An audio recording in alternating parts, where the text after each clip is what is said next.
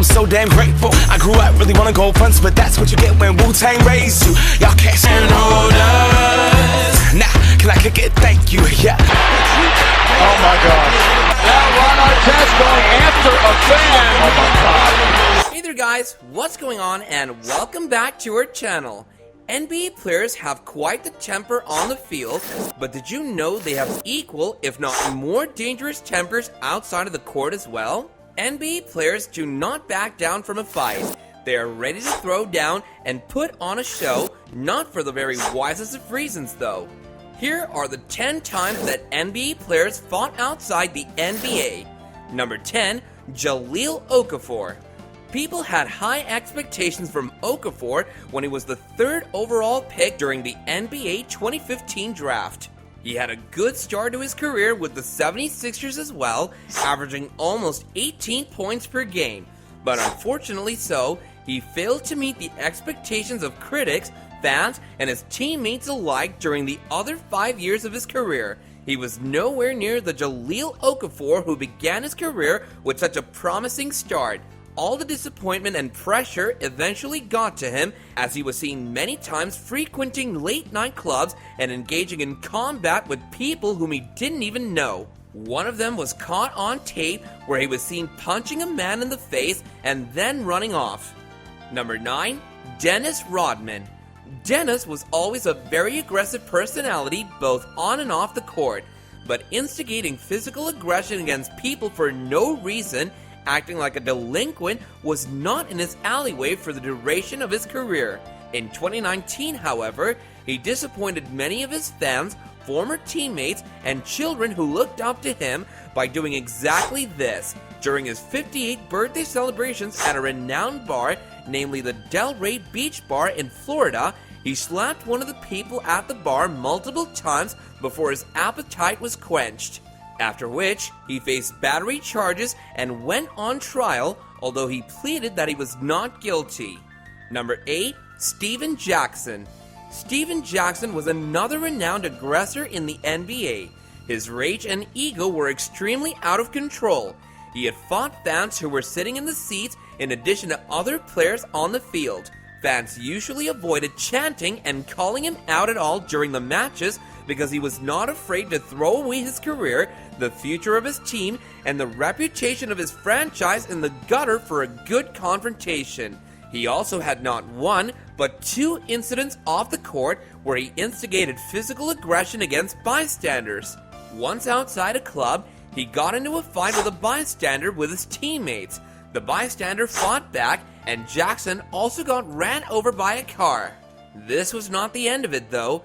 In another club, several years later, he was caught trying to squeeze the throat of Steve Francis, another fellow NBA player, whilst the gentlemen were kick-starting their rap careers. Number 7, J.R. Smith. During the incredibly dark event surrounding the demise of George Floyd, nationwide protests struck out. Lawlessness and chaos reigned supreme. No one was safe from the people who were infiltrating the ranks of the protesters to cause chaos and destruction. Not even NBA stars.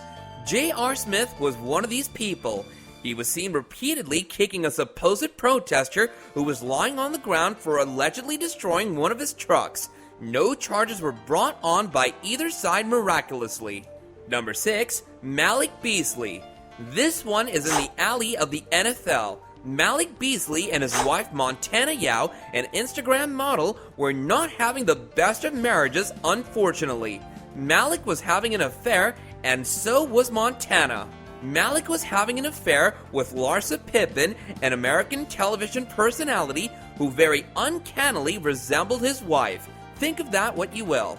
Malik was the one who was having an affair first, and Montana struck back by dating Denver Broncos strong safety Sua Cravens. The two were captured on CCTV footages in a very heated clash, and it wasn't the prettiest sight to see. Number 5, Tony Allen. This one was more straightforward, although it was still unexpected that the two got into a fight over this, especially considering they were friends and teammates.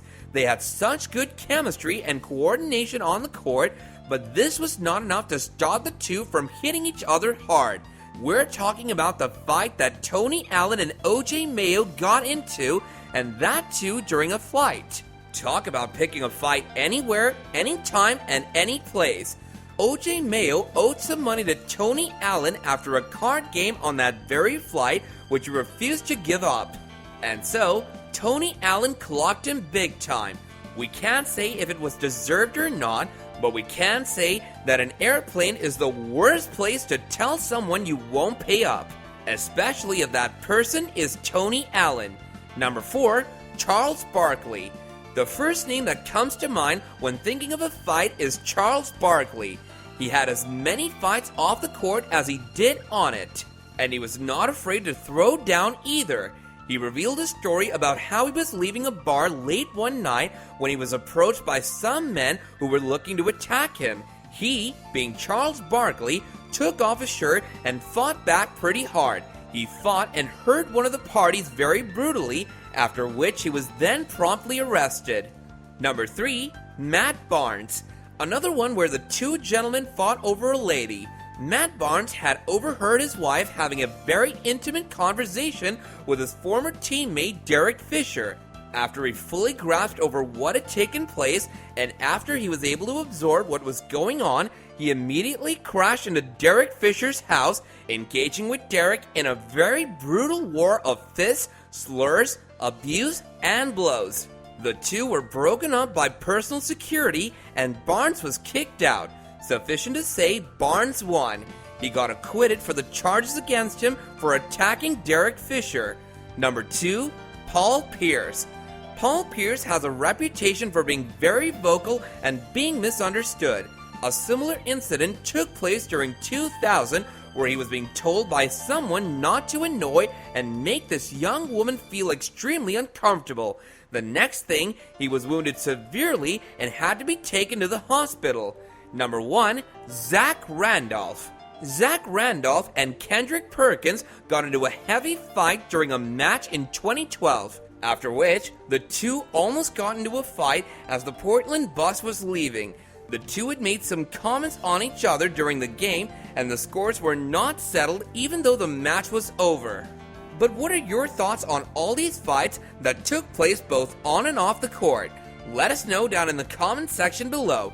And before we get out of here, don't forget to like this video to show us some support, and subscribe to our channel if you haven't already, if you want to catch up on more content such as this in the future. And with that, I'll be catching you guys later in another video. Bye now.